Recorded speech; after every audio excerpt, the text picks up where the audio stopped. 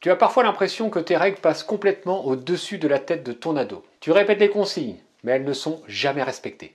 Et tu te demandes peut-être comment faire pour qu'il m'écoute enfin. Bonjour, c'est Philippe de géremonado.fr et je suis là pour te donner tout un tas de conseils pour avancer avec ton ado, pour avoir une famille heureuse, unie, sans conflit. Dans cette vidéo, je vais t'expliquer pourquoi les ados ont parfois du mal à respecter les règles et surtout, je vais partager avec toi 7 stratégies efficaces pour rétablir le respect des limites à la maison sans conflit constant. Il reste bien jusqu'à la fin parce que comme d'habitude, je vais te raconter une histoire personnelle qui m'a fait comprendre une chose essentielle sur l'art de poser des règles avec bienveillance. La question qu'on va se poser, c'est pourquoi mon ado ne respecte-t-il pas les règles ?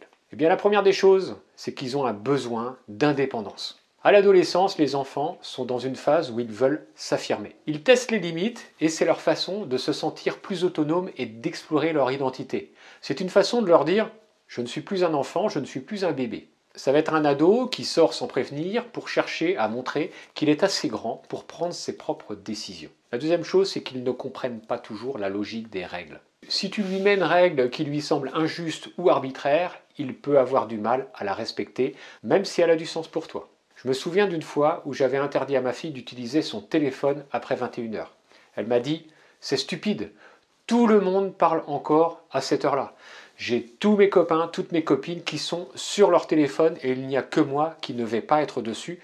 Je vais être mise de côté, on ne va plus me parler, je vais être exclu du groupe. » Donc, j'ai compris que je devais mieux expliquer pourquoi cette règle était importante. La troisième chose, c'est que les règles sont peut-être incohérentes. Si tes règles changent souvent ou ne sont pas appliquées de manière constante, eh bien cela va semer la confusion chez ton ado. Donc ne t'inquiète pas, je suis là pour là. Donc ne t'inquiète pas, je suis là pour ça et je vais te donner cette stratégie pour rétablir le respect des règles à la maison. La première stratégie, et ça paraît bête ou nul, mais voilà, il faut expliquer le pourquoi des règles. Tu pourras voir que ton ado sera plus susceptible de respecter les règles s'il comprend son but. Il faut vraiment prendre le temps d'expliquer pourquoi elle a été mise en place. Tu peux lui dire « Écoute, je te demande de rentrer à 22h parce que c'est important pour ta sécurité et pour que tu sois également en forme demain. » Donc en lui parlant comme ça, ça va l'aider à voir que les règles ne sont pas là pour le frustrer. C'est là pour sa sécurité et sa santé. La deuxième stratégie, super importante, c'est d'impliquer ton ado dans l'élaboration des règles. J'en parle très souvent. Quand ton ado participe à la création des règles, eh bien évidemment qu'il va être plus enclin à les respecter. Ça lui donne un sentiment d'autonomie et de responsabilité. Tu peux lui dire, écoute, quels horaires de sortie te semblent raisonnables ? Tout en respectant bien évidemment les besoins de la famille, de la sécurité, de la santé. Donc tu peux voir que là, ça ouvre une porte au dialogue. Tu vas voir que bien évidemment, il va te donner des règles qui seront peut-être pas réalisables, un petit peu farfelues. À toi de lui dire, écoute, sois un peu plus raisonnable et on essaye de revoir un petit peu parce que là, je trouve que tu es un peu trop gourmand. Donc on va voir pour que ce soit des règles quand même qui soient cohérentes et respectueuses de tout le monde. La troisième stratégie, être cohérent. Une règle doit être appliquée de manière constante pour vraiment être respectée. Si tu laisses passer une fois, c'est comme un animal. Tu lui donnes un petit bout de pain une fois, eh bien, il saura que le bout de pain, c'est meilleur que la croquette. Donc, si tu laisses passer une fois, ton ado peut penser que la règle n'est pas importante et puis on peut la transgresser. Donc, si tu dis, par exemple, que les devoirs doivent être faits avant de jouer à des jeux vidéo, eh bien, il faut tenir cette règle à chaque fois. Le quatrième conseil, quatrième stratégie, c'est d'appliquer des conséquences justes et logiques. Les conséquences doivent bien évidemment être liées directement au non-respect de la règle et non punitives. Je te donne un exemple de ce que tu peux lui dire. C'est comme tu n'as pas respecté l'heure du retour, tu devras rentrer plus tôt la prochaine fois. Ça montre que la confiance doit être reconstruite.